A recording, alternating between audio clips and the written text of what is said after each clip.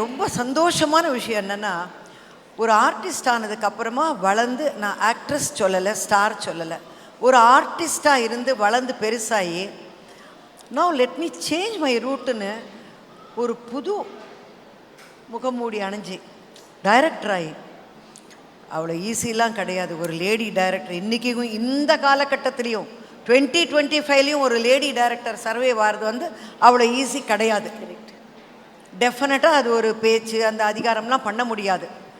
இன்றைக்கும் பார்த்தீங்கன்னா ஒரு ஆண் வந்து சைலன்ஸ் சொல்கிறா, டைரக்டர் சைலன்ஸ் சொல்கிறா. ஏன்னா நான் 2 லேடி டைரக்டர்ஸ் கிட்ட ஒர்க் பண்ணிக்கிட்டு இருக்கேன். இப்போ ஒரு கன்னட படம், அந்த அம்மா வந்து அந்த கேர்ள் வந்து சைலன்ஸ் அப்படின்னா அது என்னமோ கத்துது அப்படிங்கிறான்.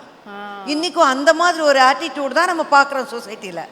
அதையெல்லாம் மீறி பல படங்கள் பண்ணி நான் செய்வேன். I am a successful director ஆல்சோன்னு ப்ரூவ் பண்ண ரேவதி, அந்த இறைவனோட எல்லா அருளும் உங்களுக்கு, ஆரோக்கியமும் மன சந்தோஷம் நிம்மதி கிடைக்கணும்னு நான் வேண்டிக்கிறேன்.